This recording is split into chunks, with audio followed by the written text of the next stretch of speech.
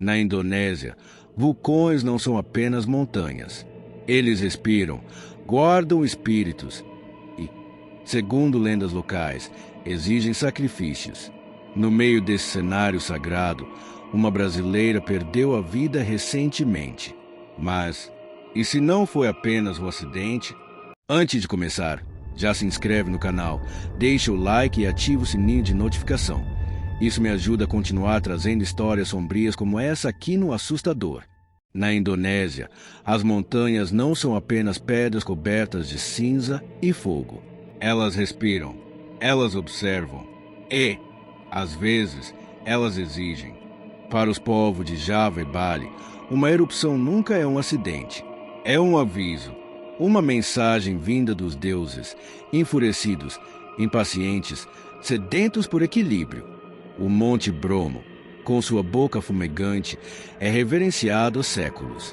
Todos os anos, moradores locais enfrentam o perigo para lançar oferendas em sua cratera: arroz, flores, moedas.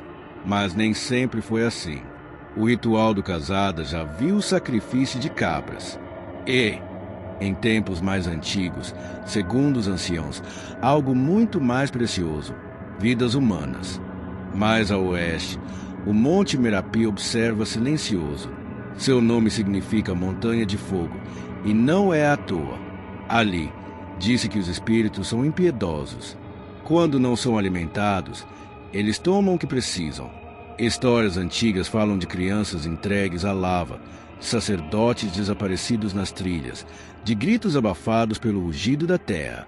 O povo diz que os vulcões têm alma, que há algo, alguém, dentro deles. E quando o mundo perde o equilíbrio, eles cobram. Hoje, flores são atiradas nas chamas. Mas o solo ainda se lembra do tempo em que a única forma de acalmar os deuses era com sangue. Na antiguidade, quando a terra tremia e o céu escurecia de cinzas, os povos de Java e Bali sabiam: os deuses estavam com fome. E fome divina não se sacia com orações. Eram épocas em que a natureza não era domada, era temida, reverenciada, temida de novo. Quando vulcões rugiam, ninguém os via como fenômenos naturais. Eram deuses em fúria, monstros sagrados abrindo a terra para lembrar aos humanos de seu lugar. E havia apenas uma forma de tentar conter o fogo: o sacrifício. Os registros, sussurrados em manuscritos antigos e guardados em templos esquecidos, falam de cerimônias sombrias. Prisioneiros, condenados, escravos, até mesmo devotos voluntários. Homens e mulheres levados até a borda de abismos incandescentes, com olhos vendados, mãos atadas, corações disparados. A multidão assistia em silêncio. A fumaça subia e os corpos caíam. No Monte Agung, considerado o mais sagrado de Bali, havia noites em que tambores soavam sem parar, e não era para celebrar, era para esconder os gritos. Gritos de oferendas humanas, jogadas nas profundezas da cratera em rituais que hoje seriam chamados de insanos, mas que, para eles, eram necessários. Uma troca, uma tentativa de equilíbrio. No Monte Merapi, ainda mais inquietante, os xamãs locais afirmavam, e alguns ainda afirmam, que o vulcão fala, que sua fumaça carrega mensagens, que seu calor tem vontade. Eles entram em transe, ouvem as vozes e dizem com calma: ele quer algo. Nem sempre esse algo era simbólico.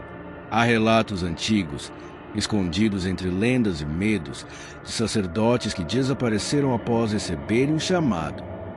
Eles caminhavam até a borda, ajoelhavam-se e se deixavam levar. Alguns dizem que eram levados pela fé, outros que eram puxados por mãos invisíveis.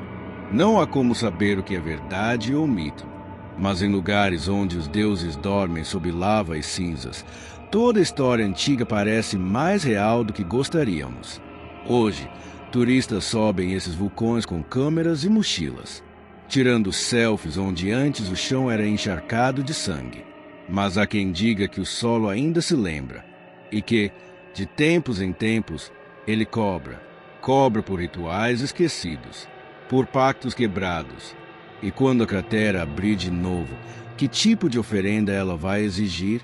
Em meio a todo esse cenário sagrado e sombrio da Indonésia, onde vulcões são tratados como deuses e onde séculos de sacrifícios foram lançados às crateras em busca de equilíbrio, um caso recente reacendeu antigos medos.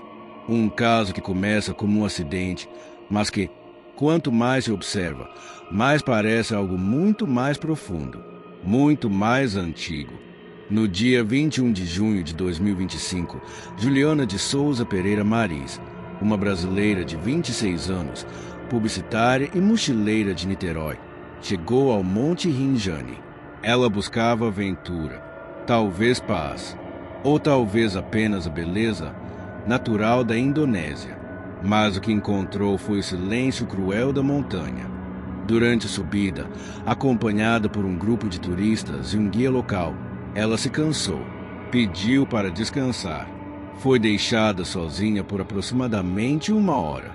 Quando voltaram, Juliana havia desaparecido. Horas depois, drones a localizaram. Estava viva, caída em um penhasco a cerca de 300 metros abaixo da trilha principal. Chovia. O terreno era instável. A neblina densa cobria tudo. E mesmo sabendo onde ela estava, o resgate demorou dias. O corpo de Juliana só foi retirado em 24 de junho. Tarde demais. A autópsia concluiu que ela morreu de traumatismo, mas a família insiste, ela poderia ter sido salva. Acusam falhas no resgate, desinformação, vídeos manipulados e um despreparo que custou uma vida. Mas há quem diga que Juliana não caiu por acaso. O Monte Rinjani, assim como Merapi e Bromo, é considerado sagrado. E há lendas, sussurradas entre os moradores mais antigos, que dizem que, de tempos em tempos, o vulcão escolhe alguém, que ele chama, que ele exige. E naquele dia, naquela trilha, no meio de uma terra onde os espíritos ainda são cultuados, Juliana pode não ter escorregado, pode ter sido levada, um sacrifício moderno, para uma força ancestral.